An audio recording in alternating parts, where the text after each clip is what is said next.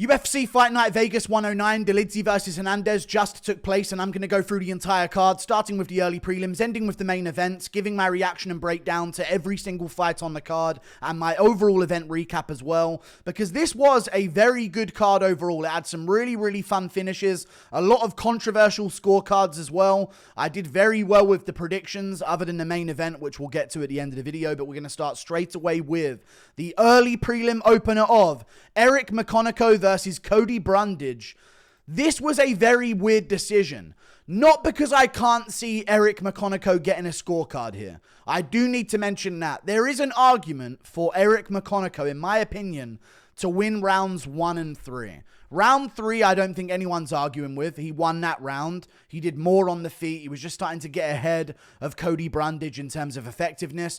Round 1, Cody Brundage did get a takedown in that round and had a couple of takedowns throughout the fight, but at the very start of the round, it looked like Eryk McConico kind of got a borderline knockdown, flash knockdown, off balance type situation where he definitely had, for a moment, Cody Brundage in some kind of like panic after being hit with a punch, and he kind of folded to the ground and ended up in a grappling situation. So I can see an argument for that.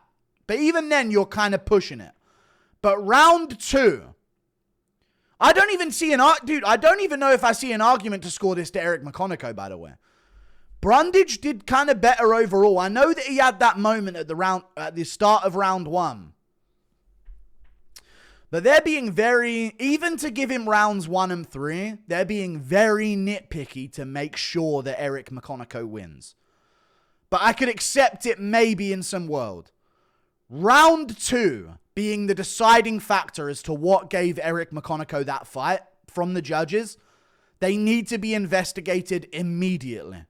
2 judges scored round 2 to Eryk McConico, and that's why he won the fight. That's why he won the fight in the judges' eyes. That's why he got the split decision. Because 2 judges gave him round 2.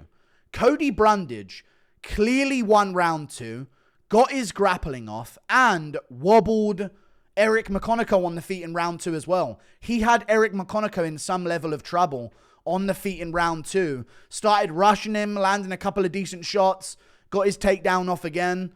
Eryk McConico did not do much of anything in round 2, and they gave him the round, the 2 of them. He got wobbled and hurt in that round. That is a pre-written scorecard. I won't hear anything else. I went with Brundage. McConico could maybe win the first and third, but that is a pre-written, rigged scorecard. And they tried to do that a lot on this card as well. So that's something that we need to pay attention to. Whenever there's one of these cards where no one's really going to be paying attention, we need to start keeping an eye out on the scorecards a little bit more, because it feels like they're trying to make their money back recently. We move on. Gabriella Fernandes versus Juliya Stoliarenko. I didn't even fucking watch it. I'll be real with you guys. Gabriella Fernandes wins. I was watching back the fights. I watch back the fights. I make sure I've seen them, but people tell me specifically not to rewatch this one because of how shit they both looked. So I'm going to go off of the assessment that I've been told. This was the worst display of martial arts. It was an embarrassment to television, an embarrassment to the company, and just an overall fucking embarrassment in general. That this fight ended up going 3 rounds and was even quite competitive in moments. I didn't even realize that Gabriella Fernandes barely won this fight, apparently. That is absolutely embarrassing for Juliya Stoliarenko to be given problems this far into 2025. But there you go. Gabriella Fernandes wins. I picked her too, and she won. We move on. Uros Medic versus Gilbert Urbina. Uros Medic, dangerous guy. I had him to win this fight by TKO. I said he would win it late in the first or the second round. I didn't think he would do it this quick. But they started fast, these two. Immediately as soon as the fight begins. Couple feeling out moments, bang. Gilbert Urbina has dropped Uros Medic. Not that badly, but he dropped him for a second. It looked like Uros sort of woke up as he landed and went, oh shit, I'm still in it. And immediately started to recover. But he got hit with a right hand early that dropped him from Gilbert Urbina. Recovers into the fight, gets back into the fight. Immediately afterwards, Massive shot to the chin from Uros Medic, right on the chin of Gilbert Urbina, right down the pipe. I believe it was a straight right hand, right down the pipe, right on the chin of Gilbert Urbina. He kind of caught him straight to like the side of the jaw. So it kind of like jolted Gilbert Urbina's chin inwards, like that. That's how he got sort of like chinned by it. He didn't get his head span by the shot. He kind of got his whole jaw jolted inwards and he just sort of sank down in on himself. He was out cold. Uros Medic did not need to do a follow-up. But Uros Medic, man, he's dangerous. He's powerful. He's a finisher. He can be figured out by a good fighter. But you give him some of these guys that like to scrap at the bottom of the rankings, Uros is going to make quick work of him. So I know he got knocked down, but he popped right back up and gave a real knockdown to Gilbert Urbina and didn't get a performance bonus. Did not get a performance bonus, which is very interesting. Coming back from a knockdown and immediately flatline KOing your opponent, I think should get you a performance bonus. But we move on. Up the card, Joselyne Edwards versus Priscila Cachoeira. Joselyne Edwards got a performance bonus for her KO. And to be fair, I would have given her a performance bonus here. What would I have done differently? I guess I just wouldn't have given it to Hernandez and would have given it to Uros Medic because Hernandez is probably close to a millionaire at this point. But I get that. I get that they didn't give it to Uros, I guess. But yeah, Joselyne Edwards landed a really nasty KO on Priscila Cachoeira. And you could kind of see it coming because Priscila Cachoeira went out there to just pressure forward with her chin up in the air like Joselyne Nunes did to her in her last win. Where Joselyne Nunes just pressured forward, chin up in the air, swinging heat. You're going to get caught. And Joselyne Edwards has improved her game. She's made a ton of improvements in her career recently. Since the start of her career, at least in the UFC. She's now actually pretty good. And she showed that in this fight. She landed some really nasty counter shots on the back foot. And in a 3-punch combination, put Priscila Cachoeira out cold. Getting flatline KO'd at women's MMA is crazy. But she put Priscila Cachoeira out cold with like a good little two-piece. It was like a hook and shot. Then the right hook came over the top. Nasty stuff from Joselyne Edwards. I picked her to win this fight by finish. And she won the fight by finish. No, I think I said 29-28. I think I said 29-28, but maybe I said finish. I'm not sure. But Joselyne Edwards gets a TKO win. Very good stuff from Joselyne Edwards. Very impressive performance. We move on. Elijah Smith versus Toshiomi Kazama. I'm about to read you a stat in this fight that sounds crazy. These guys fought each other for 4 minutes and 10 seconds. Elijah Smith and Toshiomi Kazama. 4 minutes and 10 seconds they fought each other for. Toshiomi Kazama did not land a significant strike. Kind of crazy stat line to be reading out. Didn't land a single significant strike. Didn't attempt a significant strike. Now, he spent the vast majority of the round on his back, I understand. But still, you can't sneak an elbow in there, buddy. You couldn't sneak an elbow in there once. But the story of this fight was Elijah Smith, I feel like, I don't even remember how it happened. I think Toshiomi Kazama kind of got a takedown on him, if I'm not mistaken. But Elijah Smith immediately scrambled out of it and ended up on top position. I think that's what happened. I think Elijah Smith hit a reversal on Toshiomi Kazama. And immediately after being initially taken down by him. And that was the fight, basically. He stayed on top from there. He was beating up Toshiomi Kazama with ground and pound. It looked like if not for the slam, if he would have kept up that ground and pound for like the last minute of the round, that's a 10-8 round. Unless like Toshiomi Kazama would have done something back or got back up to the feet or anything like that. If he would have just kept position and kept that same pace of ground and pound he had for the start of that round, we'd have been looking at what, 40-something, 50 significant strikes of ground and pound, and Kazama's landed nothing. That's a 10-8 round. So he was just beating up Kazama with ground and pound. Kazama was going for leg locks. He was trying reversals and leg locks and arm bars off bottom that weren't quite in. And then he tried a triangle off bottom after that. It was like minute by minute he would try a new submission off of his back that hadn't worked for him yet.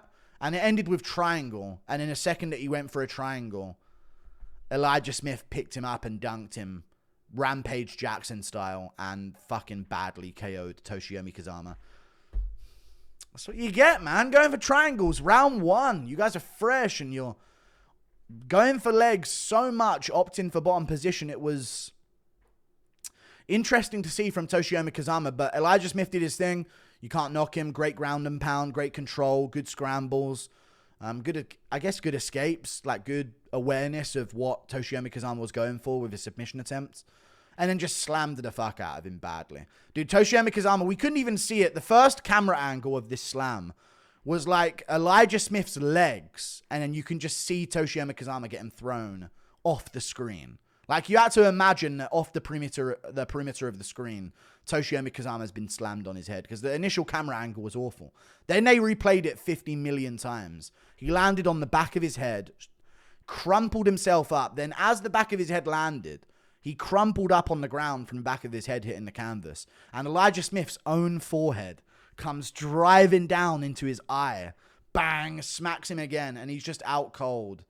For minutes on end after the fight. I thought it was the first UFC death. And then the follow-up shots from Elijah Smith. Super necessary. I enjoyed them. I think they were right. He was still twitching. People are going to shit talk those follow-up shots. And don't get me wrong, I might have screamed for him not to throw them when he was throwing them live. But I'm telling you, dude, I swear I still kind of saw I don't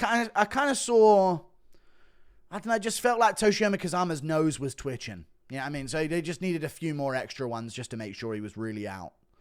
Really nice performance from Elijah Smith. 50k bonus. That's really good. We move on. Up the card. Julius Walker versus Rafael Cachoeira. This was a better performance than we usually get from Rafael Cachoeira. But, oh, you know what I'm noticing, chat? I don't want to say chat. It's so lame to say that, but it's the way I refer to you guys. Are numbers in strikes in fights lowering? Like plummeting on average.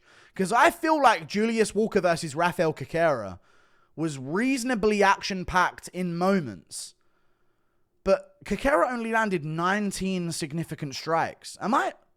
19 over 15 minutes? Honestly, you got Kazumi landing 0. Like, some of the numbers that we're seeing in these fights. Brundage and McConico 26 significant strikes in 15 minutes. You can't average 2 strikes a minute. Insane. And Brundage is out activitying him at 2 significant strikes per minute. What has happened recently? But Rafael Cachoeira lost to Julius Walker. It was dangerous in the first round, though. In the first round, I was worried because both guys were landing on each other. In fact, I think Rafael Cachoeira was kind of landing the better shots on Julius Walker. My mustache hairs are folding over each other. Hold on. There you go. I feel like Rafael Cachoeira was landing the better shots early. Like, I was more worried for Julius Walker because he was just kind of walking in, like with his chin up in the air, pretty ploddy. And I was like, oh God, he's going to get caught. He's closing into elbow range with Rafael Cachoeira here. But then he mixed in his grappling and he changed the dynamic of the fight. He just kept working his grappling and everyone was calling it boring because he wasn't. I picked him to win, so it's boring when someone does that and I picked him.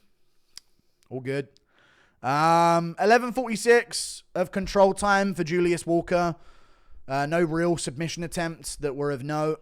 Kind of mixed in the grappling to win, man. In round 3, Rafael Cachoeira had him in some big trouble, though. Round 3, Rafael Cachoeira wobbled him pretty bad. Hurt him pretty bad. I don't know what round they gave Julius Walker a 10-8 in. One judge gave out a 10-8. Ben Cartilage.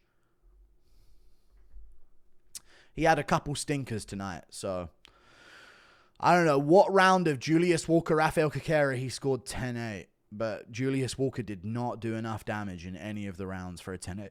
But there you go. Julius Walker wins, mixes in his grappling. He's pretty good. He's a pretty well-rounded martial artist. There are some openings on the feet, and he is a little bit slow, but he's a pretty good, well-rounded martial artist, Julius Walker. I think he's got some potential.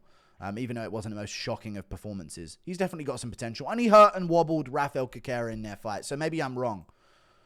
Maybe I'm mistaking a moment. I don't remember him knocking someone down or hurting him. But hey, some of these fights were just droning on. We move on. Up the card to another fight, which was Christian Leroy Duncan versus Eryk Anders. Now we're talking.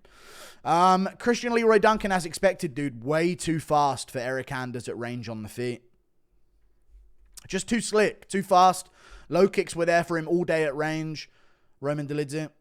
Low kicks were there for him all the time, so he went for him. Inside low kicks, outside low kicks, stomps to the leg, all sorts. Hernandez was going to the body with knees in the clinch. That was like his main weapon in the fight that he did well with. He landed a couple of punches early and maybe a low kick of his own or two. But it was really Christian Leroy Duncan being a little bit too fast twitch for him on the feet. Hernandez being very, very slow. Leroy Duncan sometimes, I don't know. He almost enters a flow state too early. You know when you're supposed to sort of allow yourself to enter a flow state? And like by the end of the first round or in the second round, you're starting to see a fighter start to sort of flow. It seems like Christian Leroy Duncan has a weird ability to start it immediately. But sometimes that costs him. Like sometimes he gets caught with shots that way. Where he's out there in the first round doing some of this movement and stuff while the opponent's fresh and twitchy. Like they're going to land some wild shit. That's when wild shit happens immediately in round one. So he got caught with some stuff, but other than that, took it well, ate a couple shots, then just started piecing up Hernandez pretty easily on the back foot. Pressuring well. Hernandez ends up shooting in on him. Gets the takedown for a second, I think, and then Christian Leroy Duncan ends up on his knee up against the cage.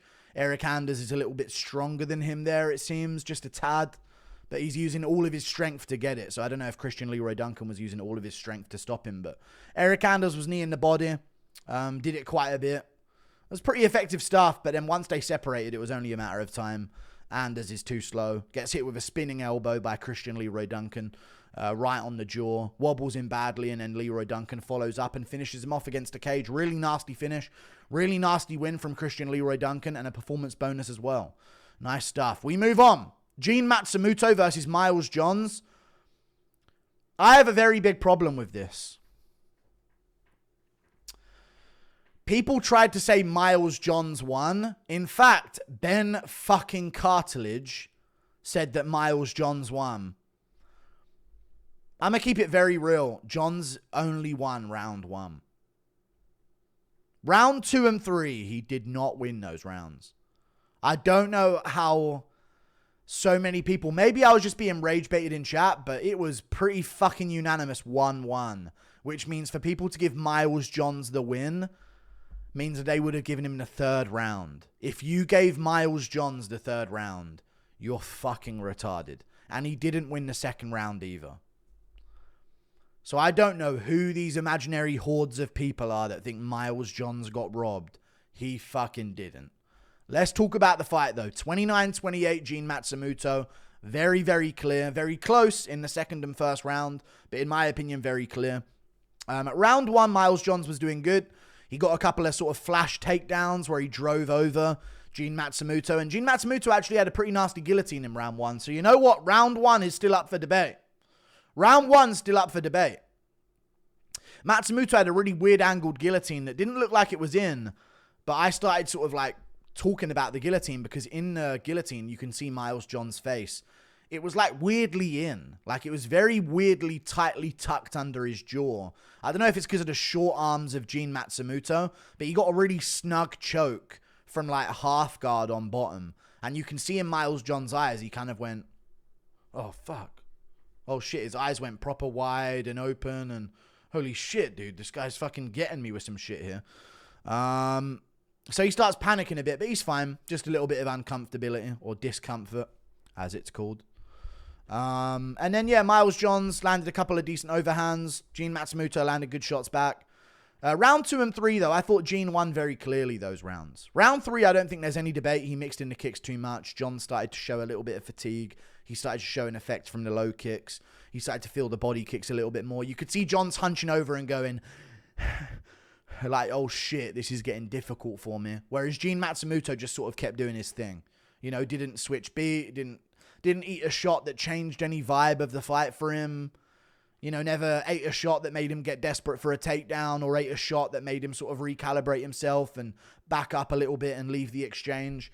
There was none of that, really. He got hit with some decent shots from Miles Johns, but Gene Matsumoto is the one causing damage. He was the one causing marks and swelling and cuts on the face and kneeing the body, jump kneeing to the face, getting crowded with that and using a guillotine to reverse position in round 2 and make sure he ended up on top. Then a couple knees to the body and then low kicks at range.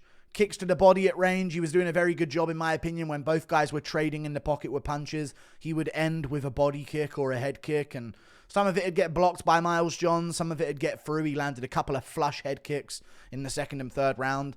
And in my opinion, Miles Johns, although it might have sounded like otherwise, when you really watch these fights, a lot of shots get caught up on the guard. And Matsumoto is catching a lot of those shots from Miles Johns on the guard. And Matsumoto is landing clean shots that were snapping Johns' head back. So a lot of people had that to Miles Johns, but I had it pretty clear, Gene Matsumoto. Close round, though, in the second. But, you know, close fights can be clear. They can. We move on. Up the card to another fight, which was Andre Fili versus Christian Rodriguez. I actually took Andre Fili here as a 2-1 underdog.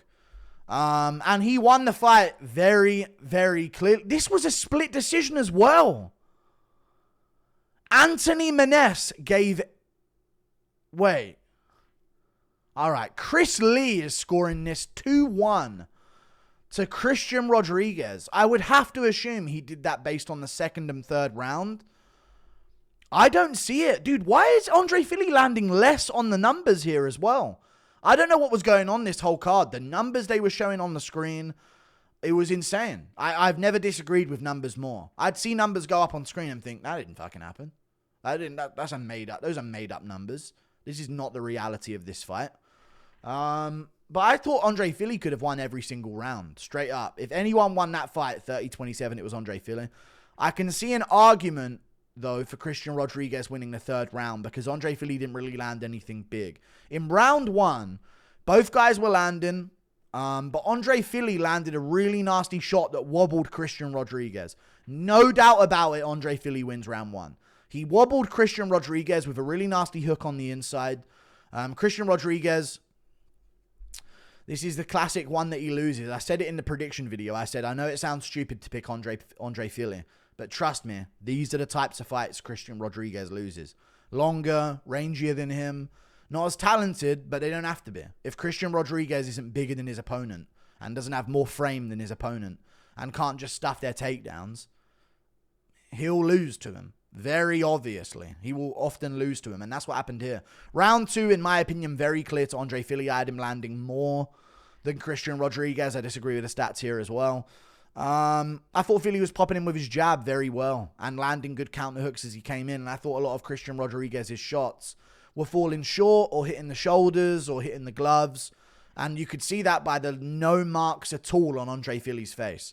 He didn't have a mark on his face at all in this fight. Whereas Christian Rodriguez, after round one, he had a bit of swelling and he also got wobbled. And then round two, he had a cut under his eye. He had a cut over his eye here. He has visible swelling and marks. He has a cut over his nose. He's bleeding out of his nose. There was just really obvious marks where he has been harmed by Fili's shots. Whereas Fili never showed any weakness to the shots of Christian Rodriguez. Maybe once in round three, C-Rod got to him, but I feel like Fili was just piecing him up the whole fight, so. Very close, though. Very, very close fight, but I thought Fili did a bit more. I'd love to have seen more low kicks from Fili. Something people need to realize with Christian Rodriguez is it's a big... Same with Anthony Hernandez as well. Big part of their game, big weakness of their game, is if they haven't got the ability to take you down, even though Anthony Hernandez did eventually in the fight, while they haven't got the ability to take you down, you've got to take advantage of that lead leg. But Fili didn't do it, and neither did Dolidze. So, yeah. Fili still won, though. Fili still won. Christian Rodriguez loses again. Beat Austin Bashi, Cameron Simon, Raul Rosas Jr. Beat all these guys just to fucking lose to Andre Fili and Julian Uros. It's a typical loss for Christian Rodriguez. Waiting to happen as a 2-1 underdog, so I thought it was a no-brainer. We move on. Iasmin Lucindo versus Angela Hill.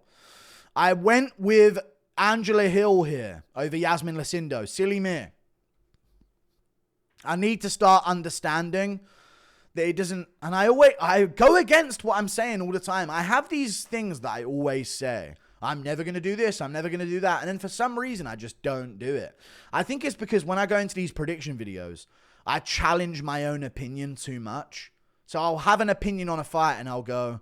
Well, I've got to challenge this. Let me think about the alternative side of this argument. And I did that for Bo Nickel versus Reina Derrida. I knew Reina Derrida was going to win.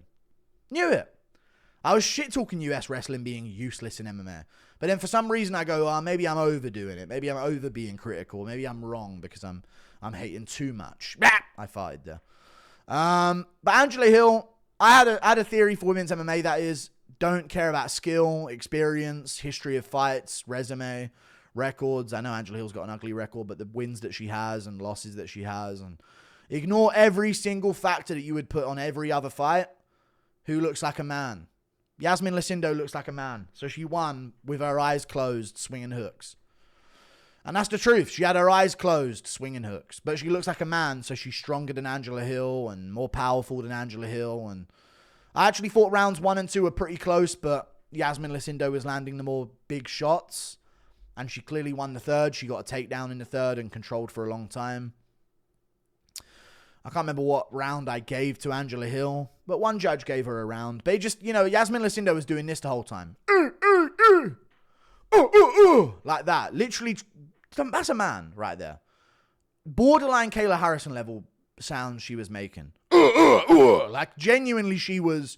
That was the noise she was making as she was ripping hooks on Angela Hill. So, again, I'm going to take my own advice in the future. If in doubt, pick the fucking man. Every time, just pick the fucking dude of the two of them. It doesn't matter about skill, none of it. Yasmin Uregui was heralded as the best fucking... Wasn't Iasmin Lucindo the one that beat Uregui? Is that Denise Gomez? Which man was that? No, it was Denise Gomez, I guess. No, it was Iasmin Uregui. Oh, no, she lost to her. Well, there you go. Well, we move on. Wait, we don't move on. But yeah, Iasmin Lucindo, I tried to go off of like skill or some kind of like factor like that, but just it didn't end up happening. And I'm trying to sort out this fucking shitty thing that's fucking popped up on my fucking screen like a cunt right now. I've got to click through this fucking thing. Give me a second, yo. Jesus Christ. Right, well, I went with her and it didn't end up happening, so that's that, isn't it? What a fucking shame that is. What the fuck is this? Sorry, I've got to go through this fucking thing in the middle of this. We good? All right, we're good. Anyway, back to the fight reactions. I just got done recapping that absolute barn burner of Iasmin Lucindo versus Angela Hill. I'm sure you guys are all here to listen to that. But yeah, Iasmin Lucindo, too strong, too physical, too manly. And a man. Borderline. We move on. Steve Erceg versus Ode Osbourne. This one I may have a controversial take about as well. I thought Ode Osbourne won the second round. Which means he would have won the fight. And that wasn't a shared opinion. It might have been, actually, but I don't know. Steve Erceg is... He was a judge's scorecard. This was unanimous. Dude, this one being unanimous while the other ones were all split decisions is fucking insane. They're giving McConico round 2. They're giving a split decision to fucking Miles Johns. A split decision to Christian fucking Rodriguez. But they are in unanimous agreement about Erceg versus Osbourne. By the way, insanely bad fight. But there were moments. But again, the output is so low. 6 significant strikes between them. Or 12 overall combined in round 3. 11 for Erceg in round 2 and 12 for Ode Osbourne in round 2. 3 for Erceg in round 1 and 17 for Ode Osbourne. And it felt like Ode Osbourne was throwing a lot and only 17. Yeah, I feel like the fucking output is so... I feel like there was a time when cards 30 strikes around landed was pretty like... regular. Like every now and then someone would do 30 strikes around and maybe 22 strikes in one of the rounds, but most of the time it's 30 strikes. That's how it used to be. 30 significant strikes around. But these days people ain't fucking landing shit, huh? So Steve Erceg versus Ode Osbourne. First of all, Steve Erceg, worst fucking management decision of your career. Taking a fight with Pantoja on short notice, great for you. By the way, how's that? Close a fight with Pantoja on a few weeks' notice as Ode fucking Osbourne. But I'll tell you why. Worst management decision of his career. Steve Erceg, next time there's an opponent filling in to make weight, do fucking not accept the catch weight bout. End of discussion. They must cut the weight to fight you. This is how short notice opponents poach wins off of top contenders that they would never normally get. Ode Osbourne's a fucking 50-50 unranked flyweight. Steve Erceg's 50-50 whether or not he's getting a fucking decision over Pantoja. They're not the same skill-wise, but Ode was faster, larger, and stronger than him in the first round. Because Ode Osbourne didn't have a shred of body fat on him. Maybe he would know better. Maybe his idea of a shred of body fat's a little different than it is for me. Maybe that's the case. Who knows? But Ode Osbourne looked full. Like, he didn't look like a chubby guy. Like, he didn't look like James Lontop over Mauricio Huffy. And you saw how much of an advantage that was for Lontop. People will talk about Mauricio Huffy like he could be a champion. Like, I wonder what he would do against Juliya. James Lontop took him to a close decision. Always make them cut the weight, because what they do is they just cut down to a lot. He was a flyweight Steve Erceg facing a bantamweight Ode Osbourne. He fought a guy at upper weight class. And I don't care what you tell me about, it was 135 for Steve Erceg as well. Steve Erceg's cutting down to 125 that whole week. And then he gets news that his opponent's out, and now it's time to be at 135. Whereas Ode Osbourne is probably big, out of camp, been lifting a bit of weights, been hitting the gym, eating good. Still lean and in shape. Still lean and mean, shredded. But he's now cutting down to 135. He looked like he had about 5-10 pounds on Steve Erceg. And in round one, you could see it. Let's talk about the fight. Round one.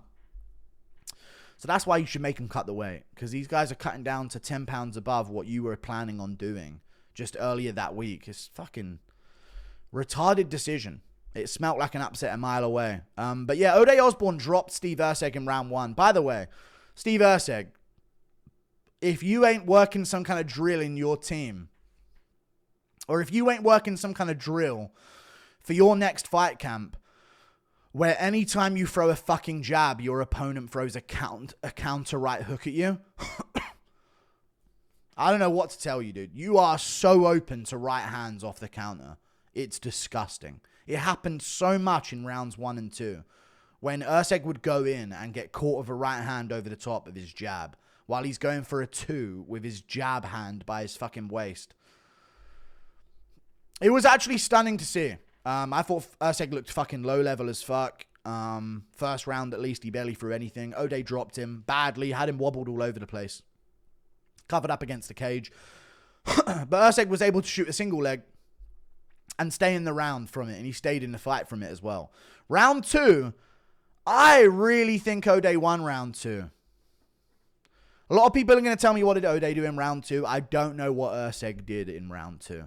Ode landed a couple of shots, like good shots that like stunned Erceg for a second at least, or he landed one that was kind of partial land, but Erceg ended up sort of like jelly-legging over himself anyway because he just slipped off balance. Even that imagery should be really bad for Erceg in a judge's scorecard. Him slipping over himself and panicking back up to his feet while Ode whiffs a few. I know it didn't land clean, but still. I thought that would be the difference maker in a round where neither guy did anything, and I didn't see that. But yeah, both guys had moments, reversing each other on the ground. I just thought round 2 could have been Ode's. But Erceg got the second round. It was a very close round. Erceg did land some things, but I don't know. It seems like they were really trying to give him the second round. Round 3, very clear Steve Erceg round. He got his wrestling off finally. Stand-up still looking worrying. But he did tag Ode a few times. Occasionally he would land a good shot. So he did do some stuff in round 2. But then he got his wrestling off and got a dominant position and started to do some damage. And sometimes he chased a choke a little bit too much when he should have just been pouring on ground and pound. Because, in my opinion, if I'm Steve Erceg, there's a finish that will result in a 10-8 if it doesn't happen. And there's a finish that won't result in a 10-8 if it doesn't happen.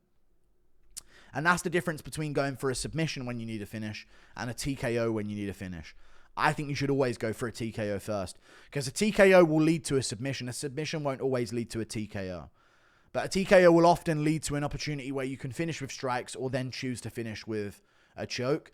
So if you've got mount in the third round like that, don't fall off the side and put yourself on bottom position going for the back. Keep top position and fucking rain down shots. Because in the worst case scenario, if you don't get a TKO while chasing for it, you probably got a 10-8 round. And if you don't get a submission while chasing for it, you might get the round. Maybe. You know what I mean? Because it's just worth way less. So I'd say Erceg should have ground and pounded more in the third. But hey, he won the fight 2-1. I don't think it was that bad of a decision. But I just thought round 2, I was leaning Osbourne. I was leading Osbourne in round 2. We move on to the main event. I'm done coping. I just saw, as I'm watching the fights, all of my chat saying, this guy picked Dolidze. The whole chat, Mexican flags going up. Lord Hernandez fucking dog walks. Coping now while we sort. So it's just building up, and I had to give him a what for at the end of it because these guys are saying Viva Mexico in American dollars, but it's all good. Anthony Hernandez is sick, man. It was a good performance. It was a dominant fight. Round 1, I really thought Roman had it in the bag. And I didn't think he had it in the bag as in like, oh, he nearly finished Anthony Hernandez or anything like that. But my prediction was Roman Dolidze because I said all he will have to do is show an intention that he's looking for a leg and Hernandez will bail from top position. I said that in the build-up. I said all Roman Dolidze has to do is either get his guard back or show any intention of going for a leg, and Hernandez will absolutely bail the grappling on him and make him stand back up. And I said this will mean this is going to be a stand-up fight between Roman Dolidze and Anthony Hernandez. There are other ways that Anthony Hernandez grapples, though, and that way was shown off in this fight massively. Normally, Anthony Hernandez will look for dominant position. Sometimes he keeps control and he won't go for a jump and he won't jump an arm in guillotine and he'll make sure that he keeps position. But if you give him dominant position, he's going to take the crucifix and elbow you and stuff like that. But against Roman Dolidze, the second Roman went for any kind of jiu-jitsu, he just bailed and let him back up, or he sort of reset the position and then went back in. But I didn't realize Hernandez was just going to sort of like use the start of the grappling and then let it go, and that would be enough to like shake Roman Dolidze up. So Anthony Hernandez would get a body lock, take down Roman Dolidze, hold him there for a bit. Dolidze would go grab a leg in round 1. Hernandez would stand up and go, all right, let him back up. And I thought, oh, this is going to be a stand-up fight now. No, Hernandez still grappled with him the whole time. He just half grappled with him until he was exhausted, basically, and then submitted him in the 4th round. I thought it was the 5th round because it felt like the fight was dragging on. And that's what Anthony Hernandez did to Roman Dolidze, dude. Dragged him with the rear naked choke on at the end of the 4th round. Dragging him by a rear naked choke across the cage. And you know what? Fuck it. I should have been cheering for this because Merab was in Roman's corner. And he was watching Roman getting taken down over and over again and gassing out and getting kneed in the thigh. So maybe I should have been cheering for it because fuck Merab. But, yeah. What this fight kind of came down to was Anthony Hernandez's pace is too good. His stand-up was better than I thought it would be. One thing I can't get my fucking head. Like, now I've given him his credit. Anthony Hernandez is a force to be reckoned with. I'll probably start picking him to win fights, which means if he does exactly the same thing to his next opponent, my chat will call it boring because RDR's boring. But, you know, all good. I didn't pick it to happen, so it's the most exciting thing ever. But I get it. It was a good watch. It was a dominant performance. And he almost finished Roman Dolidze at the end of the second, kneed him to the body, and then started following up, but it was the end of the round. But I kind of think Herb Dean, maybe. Herb Dean does a lot of deciding what his decision was when it suits him based on what would be controversial or not. Herb Dean's done a lot of stepping in just before the end of the round and then half a minute later saying it was because it was the end of the round rather than making it clear at the start of the round. Or at the very end when he first steps in, at least. But yeah, Herb Dean had a bit of a stinker there. I just don't get, yeah. And I said I'd never pick an Eryk Nixick fighter ever again. And I don't even think it's an Eryk Nixick thing because, dude, round 1 was a low-pace round, you know. I rewatched it. Round 1 was a slow pace. Hernandez barely got a takedown. He did get a takedown or two, but he didn't get any control from it. He didn't ragdoll Dolidze from it. I think Dolidze got right back up. I think Dolidze in round 1 genuinely just reached for a leg on Hernandez, and before he could even touch Hernandez's leg, Hernandez bailed from it and just let him back up. And the pace on the feet 10 significant strikes landed for Roman Dolidze. 19 landed for Anthony Hernandez. A very low-pace round. Round 2, Dolidze's on his corner, puffing like a fucking cunt. Puffing air. And I put this up on Twitter. I had Anthony Hernandez becoming a superhuman, basically. Equivalent of a GIF. And I was saying Anthony Hernandez, once his opponents turn into deaf, blind, senseless Down syndrome nuggets that can't swing punches after 3 minutes of fighting with him at a medium pace. And it's so true. Dude, I know I'm dumb, and I wish I could say this is like a gloating victory. I'm dumb. I picked Roman Dolidze. It was a dumb pick. I thought that shutting down the grappling of Hernandez, dominant positional grappling, would be enough to like leave this a stand-up fight, and maybe he could do something there. Because normally when a grappler gets stuck on the feet, it's like a... But little do I know, Roman Dolidze's stuck on the feet, and even though he schooled... How shit is Anthony Smith? Like, every fucking middleweight fight, I find myself questioning how shit these fucking middleweights are, man. And Roman Dolidze's on a fucking proving tour of how shit this whole division is. And I know he's good. Not Roman Dolidze, Anthony Hernandez. I know he's good, but man. Very good performance from him. Very good win. A lot of takedowns. He's going to be a problem stylistically for a lot of the top guys. I'd love to see him versus Chimaev. If Chimaev loses to Dricus du Plessis, let's run Chimaev versus Anthony Hernandez. Those are sick fights. Let's run him versus the loser of Baralho versus Imavov. These are good fights. Let's give him Adesanya. I know they're going to give Adesanya a Strickland rematch and a fucking title shot, but I'd love to see those fights. It confuses me, man. How did Roman Dolidze get off 141 significant strikes on Marvin Vettori, throwing 220 significant strikes? Or no, he threw 338 significant strikes on Marvin Vettori. 141 landed. But in this fight, after a round, he's puffing air like that. This guy went to a decision with Nassourdine Imavov. Look at him in that fight. He went to a decision. A majority decision loss. A majority decision loss with Nassourdine Imavov. Where they arguably gave him 2 rounds and a point deduction, right? That was what it was. They gave him a round and a point deduction round where he could have won. Fucking weird, man. It really is strange to me. But yeah, Roman Dolidze he's never hit a pad before.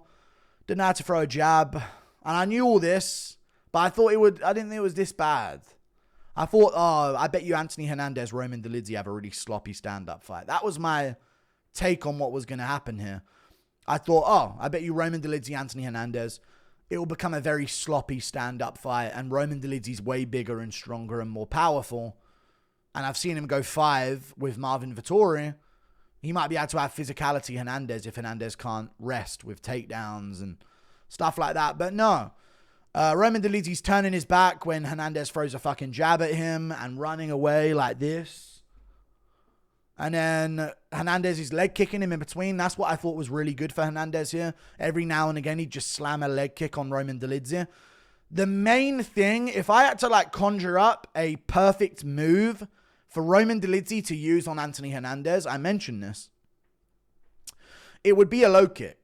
That would be the whole training camp. I'd be like, okay, you finally got someone where you have an option for at least a round and a half or 2 rounds to stop this guy kind of wanting to grapple you. And you're going to be fresh. We need low kicks. That's what we need. He's the first guy where he doesn't really want to get takedowns as much as he normally does. And he always has his lead leg way over because he can do that because no one's going to low kick him because they're worried about him taking him down. He's not trying to take you down double leg, single leg, Roman Dolidze. So when you turn your fucking back when he's throwing punches at you and run away at the cage like this, you're giving him a body lock. Running away from him. Round 2 of a fucking fight. You're a fucking pro middleweight, top 10 fighter. Running away from Anthony Hernandez. He's jabbing at you. He's not got a KO. He ain't going to KO no one ever in his career ever. You're running from him with your back turned. Like that. That's what a pro fighter is doing on the world stage. It never fails to fucking shock me how embarrassingly shit UFC middleweights are. And yeah, Roman Dolidze's proof of it, dude. The one weapon I would have given him for the whole fucking fight. Low kick, low kick, low kick. Outside low kick. He threw 3 of them to start the fight. 4 of them. Landed all of them hard. Never threw another one since. Anthony Hernandez, great performance though. Dominant win. Won every round. Used his takedowns. Going to be a problem for the top guys. But the top guys aren't... I hope. And maybe we'll figure this out. Once Anthony Hernandez is done with the division, the top guys aren't blind, deaf, nugget, Down syndrome guys after 5 minutes of fighting a medium pace with Anthony Hernandez. Bro, Anthony Hernandez, even the fight with Mikel Pereira, I'm going through some of his fights here. The pace ain't crazy. I feel like I know the pace gets crazy. In the later rounds, the pace does get crazy. But in round 1 of the Mikel Pereira fight, I don't think it was that crazy of a pace. And halfway through the round, Pereira's going... I don't know what Anthony Hernandez has, but someone was saying in the chat maybe he secretes some kind of pheromone that like blocks the oxygen in the air around his opponents. I don't know what it is. If it's some Anshul Jabli techniques, but yeah. I don't know, dude. Anthony Hernandez crazy good, I guess. But I think Roman Dolidze's crazy shit. And I'm sorry for picking him. I thought this would be a sloppy stand-up fight. I thought this is going to be like I literally thought this is going to be like a Roman Dolidze Marvin Vettori, where if Anthony Hernandez is left on the feet, he'll have to strike like a guy like Marvin Vettori, and it will be simple, and then maybe Roman Dolidze can get it done. But no, Marvin, how did you not beat Roman? How are you losing rounds to Roman that consistently when he's throwing like that and swinging like that? You can't do shit to him. None of you can do shit. Oh my God, it stinks. I'm just coping at the end of this video, but I don't care. This is real shit. I might have to do I make a whole video on Eryk Nixick? I said I'd never pick another one of his fighters, and I fucking picked Roman Dolidze like a cunt. See what I mean? I go against my own golden rules for predictions, and I'm wrong every time I go against him. And I've been all right this card. And all right for the last 7 main events, and I fucked it up with this. You can't figure that shit out, Jack Hermansson. You know what I mean? Anthony Smith, you get schooled by that on the feet? 5 rounds with Jones? Like, I don't know, man. They don't deserve NFL pay. They don't deserve anywhere near NFL or NBA player pay. Shut the fuck up. Cut their pay in half. Like and subscribe. See you later. Goodbye, Toodle Pip. Great win from Anthony Hernandez, though. It was a good performance and a solid win. And he's going to be a dangerous prospect. And you know what? Aura.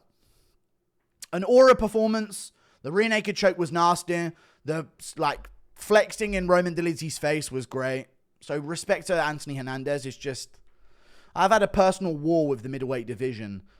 And every time I have hope for it, it drags it. It just fucking casts that hope aside. And I just can't. I can't anymore. Like and subscribe. See you later. Goodbye.